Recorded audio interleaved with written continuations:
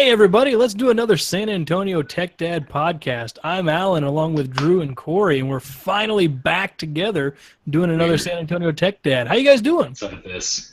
Good. Good. Very well. Good. Glad to hear it. Glad to hear it. How have you guys been? We haven't seen you in a while. It's been kids and family and life and work and schedules and stuff like that. We haven't had a chance to do one of these in a while. What's up, guys? Summer whilst sweating. That's what I've been up to. Sweating Summer and sweating, that's it? Sweating is pretty much the thing right now. Of summer. My eldest son has now begun school. And so our freedom is now gone for the next long enough to get my kids out of school. However, it's still really hot, so I wish that it would have, beginning of summer or end of summer would have also ushered in maybe some fall weather, but instead we've gotten rain and hot. Yeah, it'll be coming soon here. In San Antonio, summer sticks around as about as long as it can.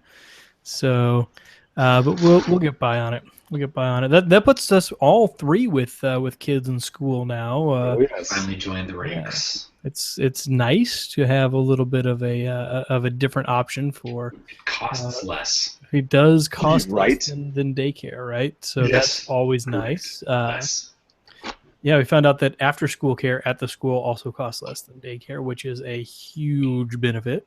Oh yeah, so most definitely. We're really excited about that. So we're doing that. I've got a first grader now. He started first grade. Kindergarten went really well last year, so now we are just really excited about having him in first grade. He's got a chance to learn a little bit more, and he's doing really good. I don't know how you guys feel about this. The school that my son goes to has a 15-minute recess every day. Just one? He has the one recess that he goes to for 15 minutes, and he's in kindergarten. So is he going for? It's kindergarten. So is he going for a full day, or is he going for like a half a day, or does he get done at like 3:20? What time does he go in? 7:50. Wow, that is pretty crazy to have that short of recess. For a 5-year-old. Yeah. 15 minutes. He does go to PE for 45 minutes, and they're kind of spread out, so there is more physical activity. But I'm a huge advocate of learning by doing, and a lot of what I want my kindergartner to learn is things like human interaction with peers. And things like that, a lot of the social stuff. He knows his ABCs. He can count to a number that's higher than 10, depending on when you catch him. So he can copy a letter. He can do a lot of the things that they're working on right now, and they're working on reading. And he's not like an expert reader at this point, but we're okay with that.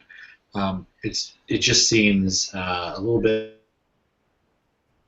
Expect someone who's 5 to be able to focus for the types of stretches that it seems like they're asking them to focus without letting off steam. And so I'm not there watching what they do and how they approach that.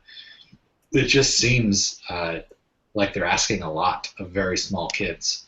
Yeah, that's a really short amount of time with very little for kids to sit still in the first place. I'm really wondering if they're supplementing PE for a lot of that outdoor time to be like, hey, you get almost an hour, and they're going to be playing games and dodgeball and build some sort of structured game environment out there. I could see, but I've heard about dancing that they're teaching them to do and games that they're playing, and so they are active, so that they're keeping them busy.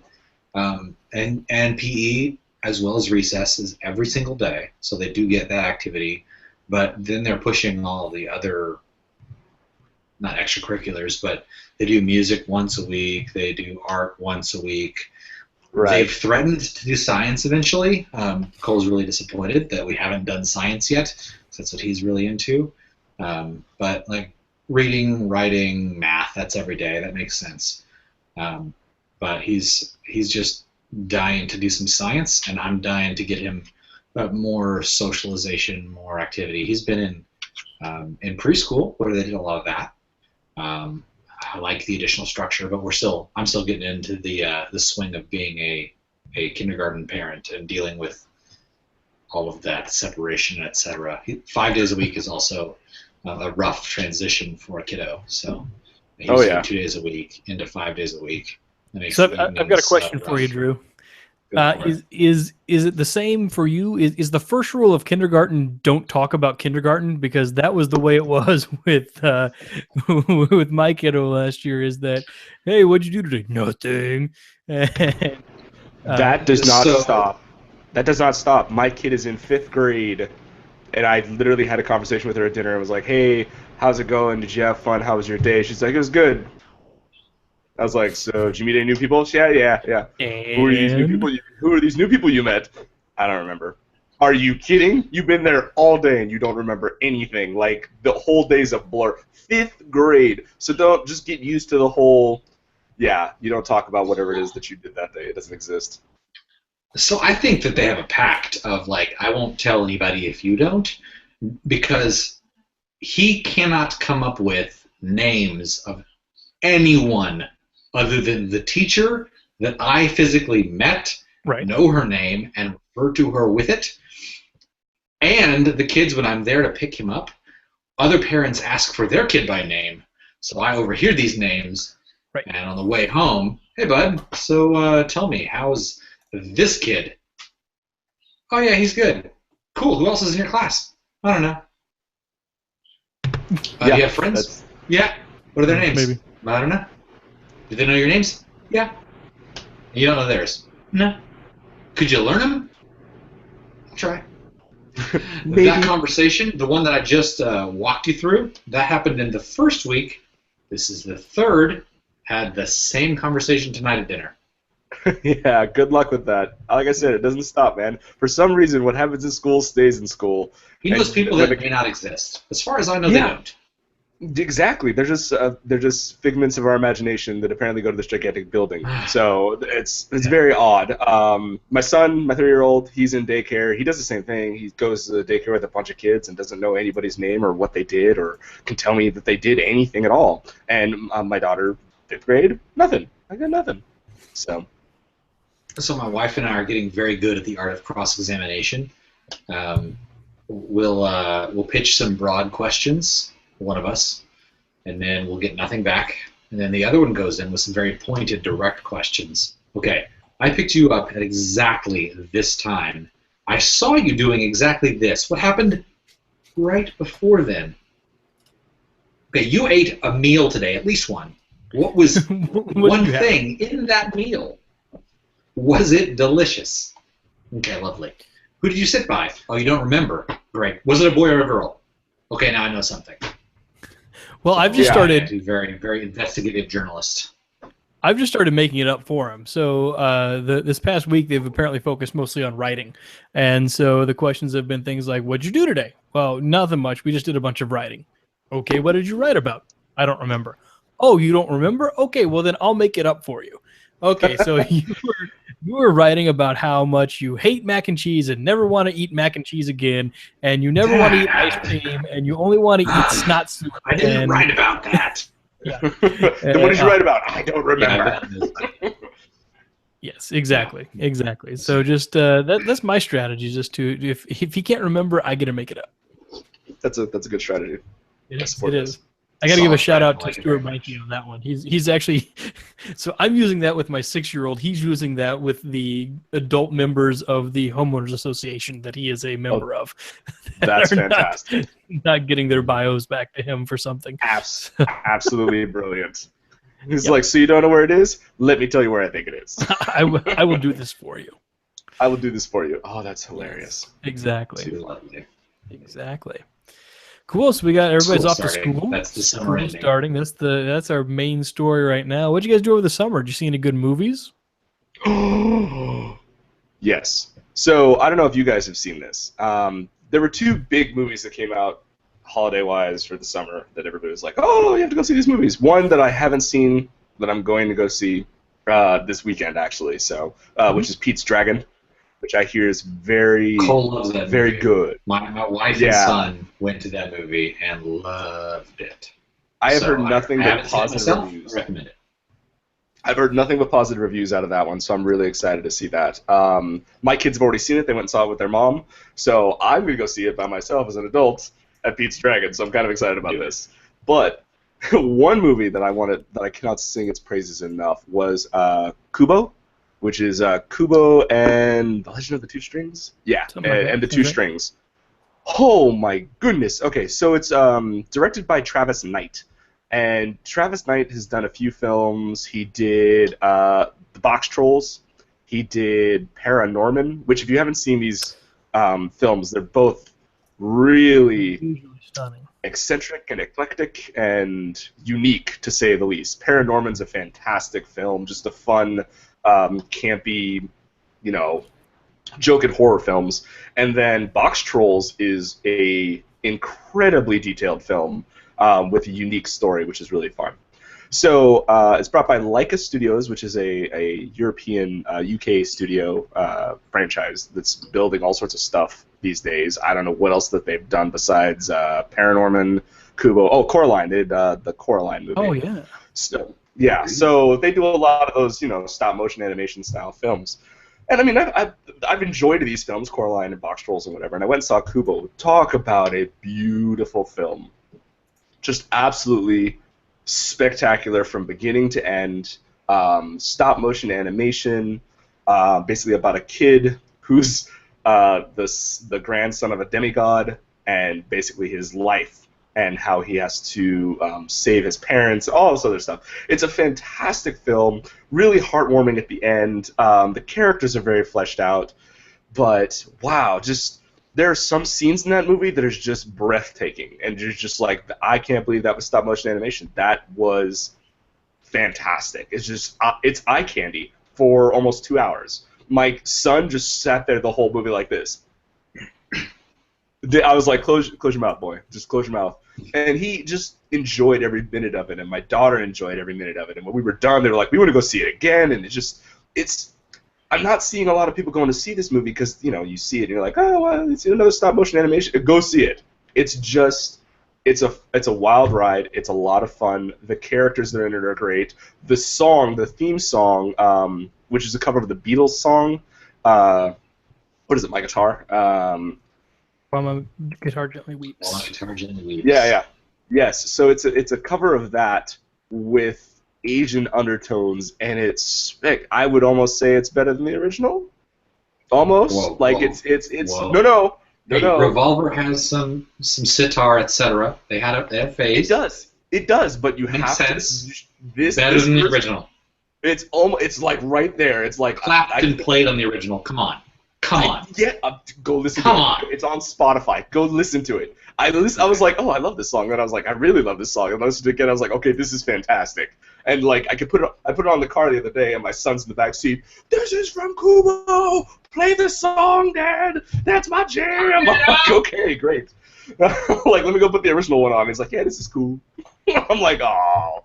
But yeah, it's a great Spector is credited as the artist on it, so yes. Listen. Oh, it's so good. It's on, like I said, it's on Spotify. It's on. You can go see. I posted a documentary about it on Twitter, and they did like the making of it and how they went through that process and how they went through trying to cover it, but also giving it this undertone for the movie and making it fit very, very uniquely. One of the interesting things about the movie is that this kid that has all these special powers, he utilizes origami. So it's fun to watch paper characters and stop-motion characters use origami. So it's just, it's an interesting,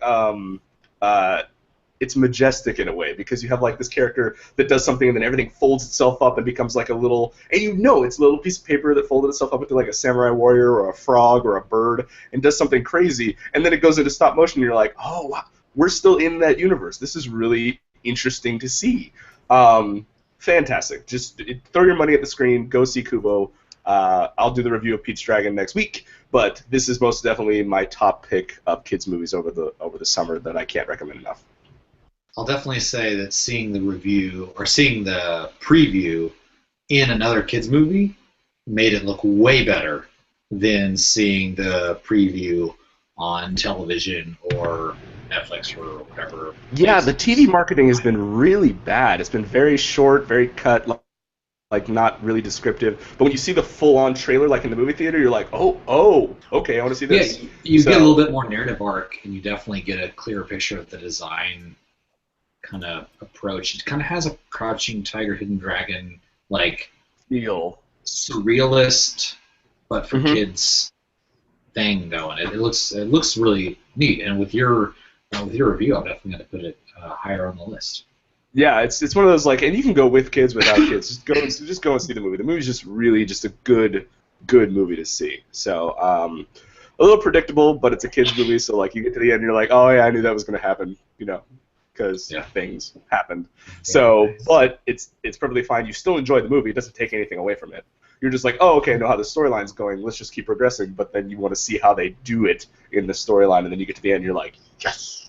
Spectacle helps. Yeah, exactly. Nice. So can't recommend it enough. Highly recommend it. Cool. So good. Definitely have to check that out. So what else So is new, gents? we have another 15 minutes before I have to leave. So I feel we should talk about, because I know Drew wants to talk about it. I know Alan wants to talk about it. We haven't done it in a while. Let's talk about beer. Okay. All right. Let's talk about beer. I like beer. First off, Alan, what are you drinking? I am drinking a Top Rope IPA from Tall Grass Brewing Company out of Manhattan, That's a Kansas. tall boy too.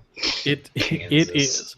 it is a very tasty beverage. It's definitely a nice IPA. A little tropical, little tastiness there. Big fan of it. It looks a good summer beer, summer ale, you would say.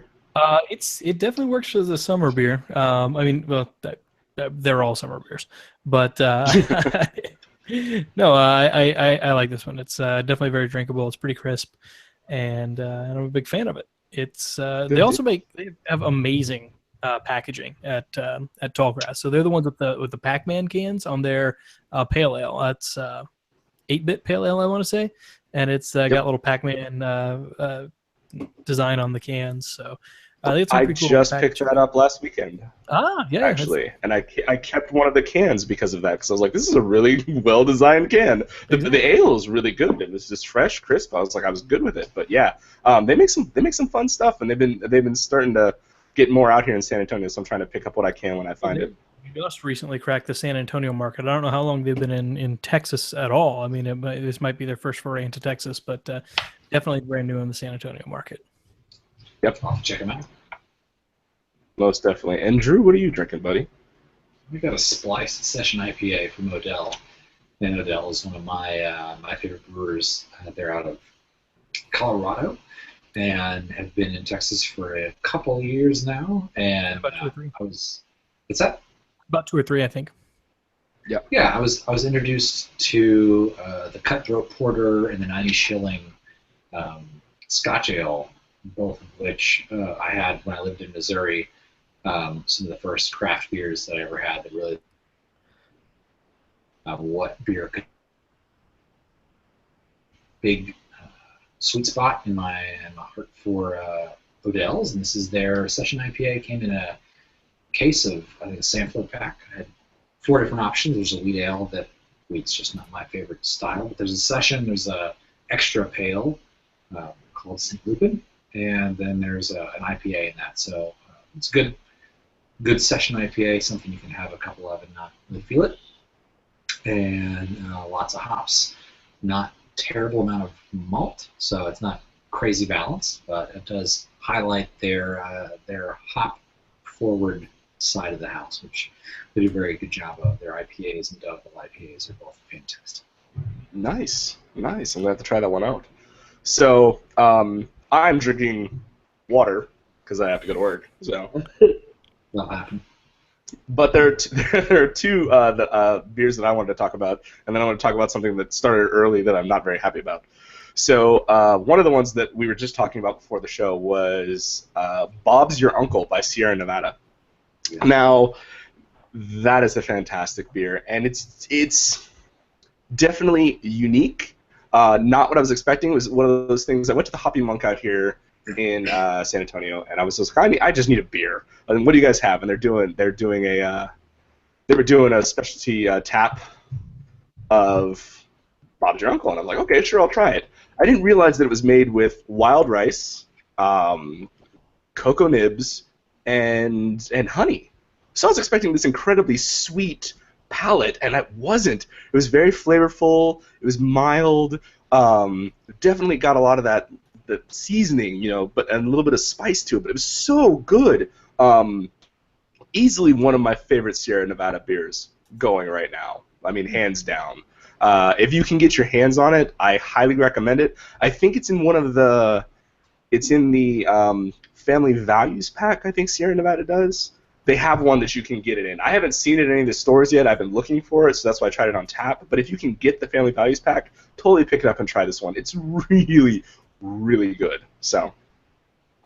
Also, Hop Harvest just bottled and was released this week. So Hop Harvest is fantastic brews. I know it's way early, but I always start getting the itch for celebration at just about the end of summer. And it'll be a while before that hits the shelves. That's one of my favorite, the Wet Hopped IPA that they put out every Christmas. And then the other one that I did the other day was, and I found this was, like we were just saying, with the 8-bit can and everything. I was at the store and I found Lake Monster by Oasis Texas Brewing. Are you guys familiar with this? They have an awesome ESB, and then they have a couple of decent hobby beers. I was not familiar with Oasis at all, and all the can says, it doesn't even tell you what it is. It just says it's unfiltered, and it just says unique. I was like, okay, I didn't know what to expect, and it's in a can. So I'm like, what is it? It's actually a Baltic Porter. So it gives you, the best way I can describe it is it's like drinking a cigar. This is the best way to do it. Like drinking smoke, almost. It's very, very salty, very, very rich. Not sweet at all. Dark as the day is long. It was a unique flavor. I didn't know what to expect. So when I drank it, I was like, okay, this is not what I wanted. But it was a decent porter. But not sweet like I'm used to with most other porters. Like you usually get a porter, you're like, oh, something coffee flavorish or something with a little bit of little chocolate in the end. Mm-hmm. This had none of that. This was straight up smoke, salt, beer. I was like, okay, this is new. So quick question. Sure. Lake Monster makes me think Loch Ness Monster, which makes me think Scottish, makes me think Scotch. Which then brings me to peat smoke. Is it like a peat smoke? That's what I'm getting. It's the peat smoke. That's exactly what I'm getting. Yes, that's the best. That's the best transition, Drew. But yeah, so like that's what it is. And if you've ever had like Lafroig or any of those other Irish Scotch whiskeys that you've ever had, that heavy peat flavor, that's what's in this can. That's exactly what's in this can in beer form. And if you're not ready for that, when you taste it, you're like, whoa. Yeah, so I just need a second first. But it's a beer that everybody I think has to try. Just to get that, see what that is, and see what pushing the boundaries of beer is, and be like, this is something I've never had. I've never had a beer that's tastes peaty ever. So I was like, okay, this is unique, most definitely. So I highly recommend grabbing one when you can. So smoked beers are not. Alaskan Smoked Porter is a fantastic beer, and it's smoked on alder, which is a different wood than most smoked beers seem to be smoked on. A lot of them are mesquite or like barbecuing types of flavors. So the fact that it kind of has a Scotch bent to it, that Lake Monster has that kind of a vibe, definitely has me curious because I do like Scotches now and again. You should try it. It's one of those you just dump into like a snifter and you just kind of sip on it while enjoying a show or something. So, unique. Exactly. You should enjoy this show with a delicious beverage. That's it. Yes. Watch this show while drinking that beer. So, if you are a fan of Oasis, I will recommend their Meta Modern. I think it's an IPA. It might be a session IPA, and their London Homesick is their ESB, which is great. I'm partial to ESBs, so that's I think that Phoenix is fantastic from Real Ale. I just had Communities ESB this weekend, and it was glorious. But I really like London Homesick. It's nice that it comes in a can. If you see it around, you should definitely pick it up. It's really, really good. But Metamodern is also a really nice IPA. I think Slow Ride is their pale ale. They've got a few that are out in cans. But yeah, Oasis is a good brewer. I've enjoyed what I've had from them. Good deal. So, and I have one last thing to complain about. Go for it. Complain away. I'm ready. I will. It is too early for pumpkin beer. Just so we're clear. Yes, it is August. It is still hot. I do not want pumpkin September beer. At least till September. Come on, man. I got emails from Starbucks about the pumpkin spice latte. I got pumpkin spice drinks, pumpkin beer, pumpkin. I'm like, really? It's August, folks. Gross.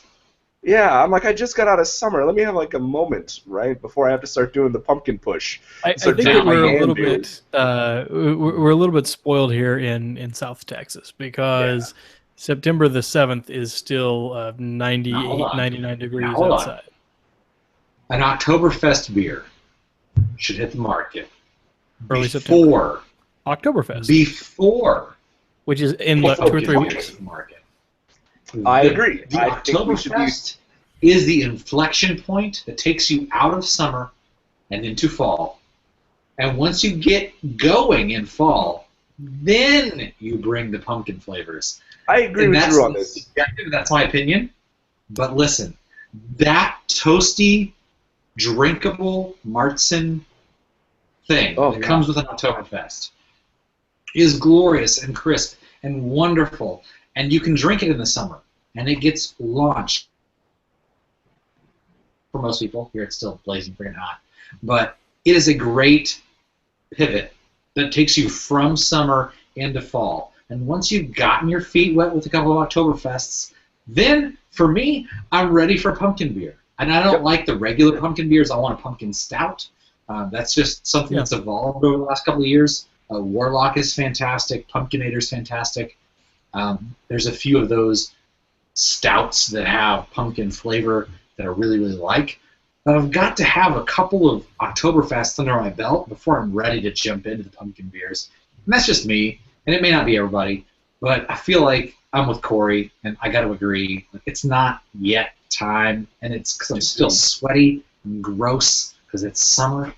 But I need a minute. Just give me a minute. Let me have a couple of Oktoberfests, and then we can hit the ground running with the pumpkin beers. And pumpkin beers and yam beers and a lot of those styles. Like Dogfish Head makes a pumpkin ale, which is fantastic, just because it's Dogfish Head.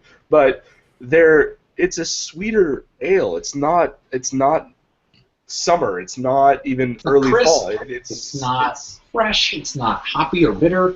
Right. It's sweet. It's a cold I want that holiday beer. Holidays.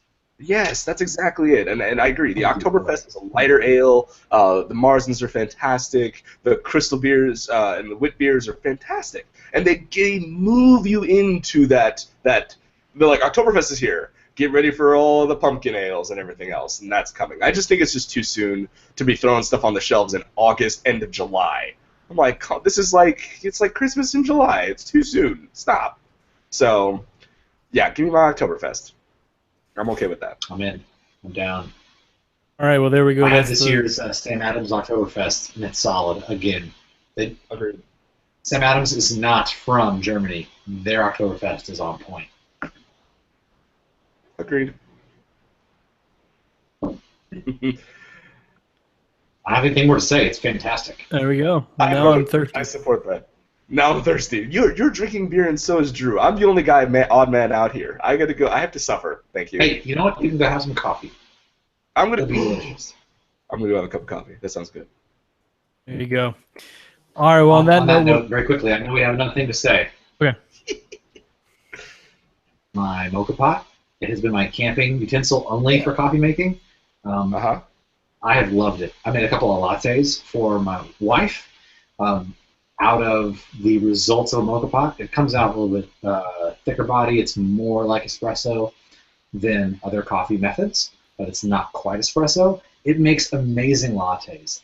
The key for anyone who has a mocha pot and wants to make a decent cup of coffee with it, boil your water first, put the water into the reservoir, then put it on the heat. Don't put it on the heat to get the water to boiling. Put hot boiling water in the mocha pot at the beginning, and that's going to help everything coffee grounds further than they can be cooked. You will get bitter, nasty coffee if you put cold water in the mocha pot first and try to boil it in the mocha pot. Bad idea, don't do it. Boil the water, drop it in there, you'll have better results. The minute it starts to gurgle or bubble after you've had coffee coming through, pull it off the heat, throw it under the sink to cool everything down quickly, and then pour off your coffee. You'll be in good shape. It's worth your time. I recommend it. It's delicious. It's pretty much the only coffee I've been making myself for the last 2 weeks. All right. Well, now I want that coffee. Make it happen. Make it so. There you go. There you go. Lots of good tips. Lots of good suggestions for tasty beverages. Yes. Yes. Good stuff. Good stuff. Hey, all people sleep on beds, don't they? right. Yeah. All right. How about beds that are multi-stories? We're going to talk about that briefly before we go. We got a couple minutes. Let's talk about that. Let's talk about Alan for a second and his current situation as a dad. So we got about 15 minutes. I can run it a little late. Let's see how this goes. So On, I've got two kids. Sure. I've got a 6-year-old and a 3-year-old, and they have been talking nonstop about wanting to sleep in the same room, and they've slept in the same room a couple of times on vacation, and on the weekends we'll say, fine, you know what, why don't you guys go sleep in the same room together? That's fine. And they've done fairly well in those situations, right? These controlled, limited situations. Well, they have been talking about it, and we said, you know what, let's consolidate. Let's put them together into bunk beds.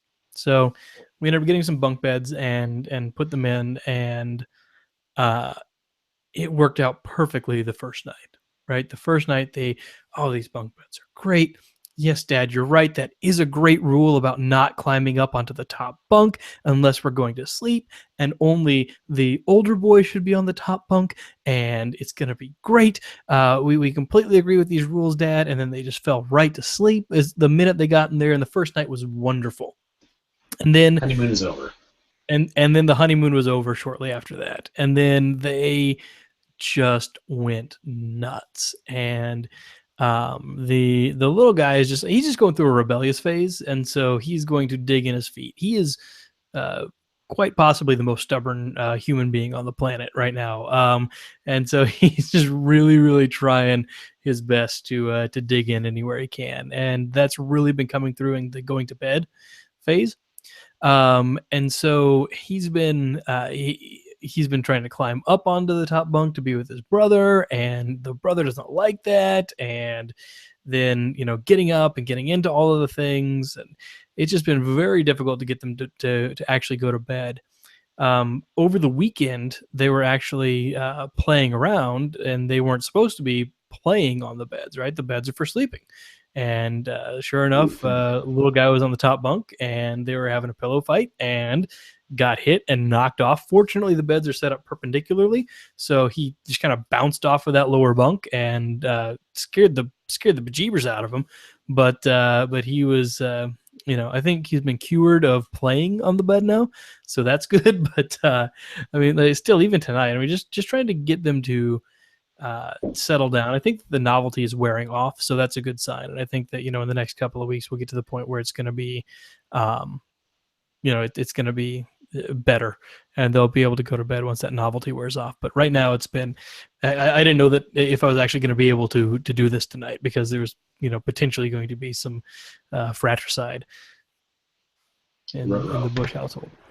That's understandable, though, because you have to think that you got your brother, he's in the same room with you, you got the same bed, you're like, we can just play all night on this gigantic, almost a fort.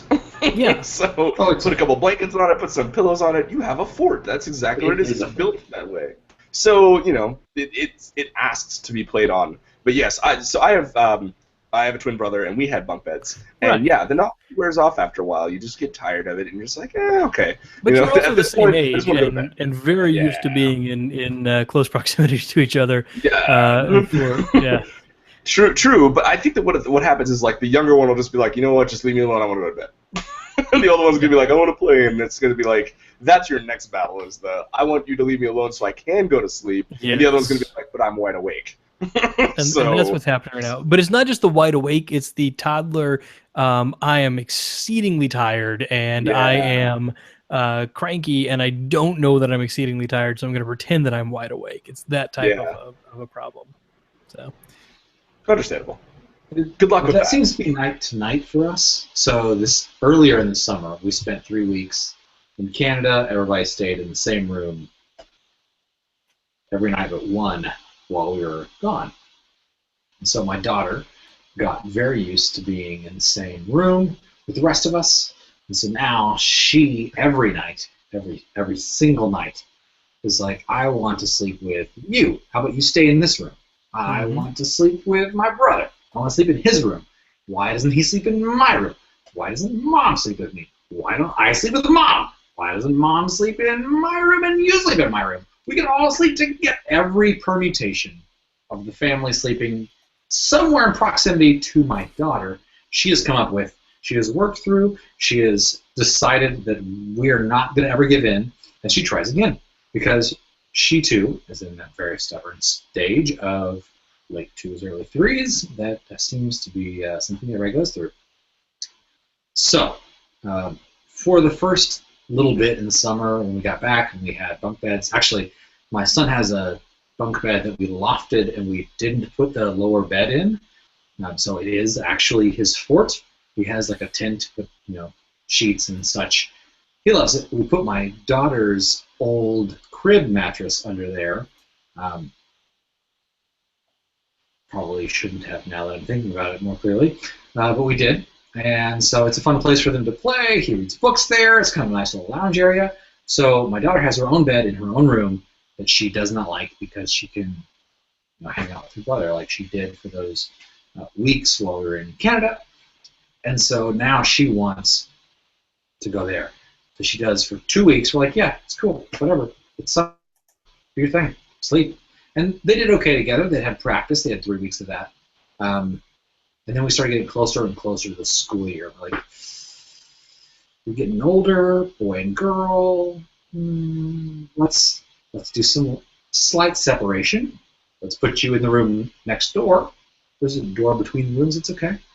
And slowly but surely we eased her out of that, but she really hasn't ever gotten to the point where she's cool not being in the same room with somebody else. And so we're dealing with that same thing, and with the addition of school, my son's a zombie. When he used to be 5 days a week, all that business, and apparently my daughter decides to sleep less and less. We have that zombie overtired phase situation going as well. My daughter's eyes glazed over about halfway through dinner this evening, and we're basically walking a zombie through our house trying to get the last few things that she needed done tonight, right up until, okay, good night, I love you, at which point she was awake and crazy. Like it sounds like your youngest is doing the same. So I don't have an answer for you other than, you got it? Yeah, I think that's kind of our main option right now. So, yeah. Children. Good luck. May the force be with you. Exactly. Hey, forts are awesome. I'm glad you installed a fort in there. Cool. It's gonna be fine. Just got to get through the next couple of weeks. So that's it. It'll all settle down. You just got to push through, Alan. You got this. On that note, I'm going to go ahead and sign off so that we can go check to make sure they haven't torn down the fort while I've been doing this. But I didn't hear any large crashes, so I think we'll be okay. But thanks, the small guys. ones you can ignore. This was fun. We should do it again. We should. I like this. It's fun. We say that every week. Every time we do this, we're like, we should do this again. We should do this again. Yeah, I'm free in November. Let's put some stuff on the calendar now. So, all right, guys. Yeah, this has been fun. I guess we'll let you get to work, Corey, and we'll see everybody next time. Take it easy. Bye, guys. Good night.